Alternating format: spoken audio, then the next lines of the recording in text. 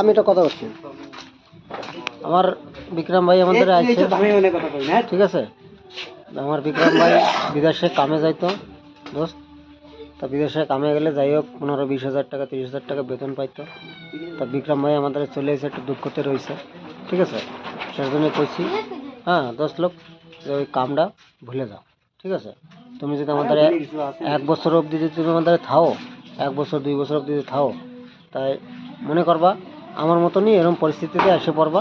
হ্যাঁ, অনেক সময় পকেটে 1 টাকাও থাকবে না, অনেক সময় পকেটে দেখা গেলো কি অনেক টাকা থাকলো। তা আমার এই বিক্রম ভাইদের আমি এই কথাটা জিজ্ঞাবো যে আমার বিক্রম ভাই কি প্রশ্ন দেয়, ঠিক আছে। আমার বিক্রম ভাই, হ্যাঁ আমার বিক্রম ভাই দাদাদারে আইছে, দাদাদারে আসার পরে কি প্রশ্নটা দেয় আমি সেই জিনিসটা আমি বিক্রম ভাইদের জিজ্ঞাবো। হ্যাঁ বিক্রম ভাই তুমি একটু কও, কি কব যা বলো যে